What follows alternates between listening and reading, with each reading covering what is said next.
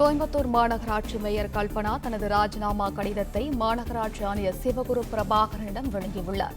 இது குறித்தான விவரங்களுடன் இணைக்கிறார் நேசராஜ். விவரங்களை நீங்க பதிவு பண்ணல. வணக்கம்.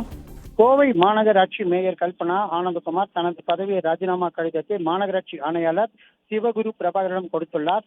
தமிழகத்தில் முக்கியமாக சென்னையை அடுத்த மிகப்பெரிய மாநகராட்சியை விளங்குவது கோவை. இந்த நிலையில் கோவை மாநகராட்சி மேயர் கல்பனா ராஜினாமா கடிதத்தை தற்பொழுது கொடுத்துள்ளார்.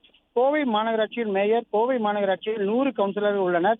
இதில் 97 பேர் திமுக மற்றும் காங்கிரஸ் உள்ளிட்ட கூட்டணி கட்சியினர், 3 பேர் அதிமுக கவுன்சிலர்கள். கோவை மாநகராட்சி மேயராக திமுகவை சேர்ந்த கல்பனா ஆனந்தகுமார் பதவி வகித்து வருகிறார். இவர் மாநகராட்சி தேர்தலில் கோவையில் 19வது வார்டில் வெற்றி பெற்று கவுன்சிலராகவும் உள்ளார். இவரது கணவர் ஆனந்தகுமார் திமுகவில் பொறுப்புக்குழு உறுப்பினராகவும் உள்ளார். இந்த நிலையில் மேயர் கல்பனா பொறுப்பேற்றது முதல் அவர் மீது பல புகார்கள் எழுந்து வந்தது.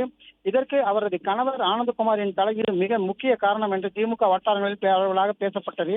திமுக கவுன்சிலர்கள் மட்டத்திலும் நிர்வாகிகள் மத்தியிலும் பெரிதாக நம்பிக்கையும் பெறவில்லை என்று கூறப்படுகிறது.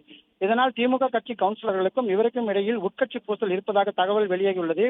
இந்த நிலையில் கல்பனா தனது பதவியை ராஜினாமா செய்யப் போவதாக இதற்கு முன்பாக 2 நாட்களுக்கு முன்பாகவே தகவல் வெளியாகியுள்ளது.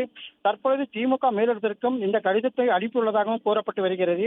இது கோவையில் அரசியல் வட்டாரத்தில் மிகப்பெரிய பரபரப்பை ஏற்படுத்தியுள்ளது. ஒருவேளை மேயர் பதவி இவரிடம் பறிக்கப்படும் பட்சத்தில் திமுகவை சேர்ந்த யார் இந்த மேயர் பதவிக்கு வருவார்கள் என கவுன்சிலர்கள் மத்தியில் ஒரு ஆச்சரியத்தை ஏற்படுத்தியுள்ளது. அதில் முன்னாள் சட்டமன்ற உறுப்பினர் கார்த்திக் உடைய மனைவி இளஞ்செல்வி அவங்க வருவாங்கன்னு ஏற்படுகிறது. அதே போல அமுதா கண்ணன் அவரும் வருவாங்க அப்படின்னு எதிர்பார்க்கப்படுகிறது. இன்னும் சற்று நேரத்தில் கோவை மாநகராட்சி ஆணையாளர் சிவகுரு பிரபாகரன் செய்தியாளர் சந்திப்பது குறிப்பிடத்தக்கது.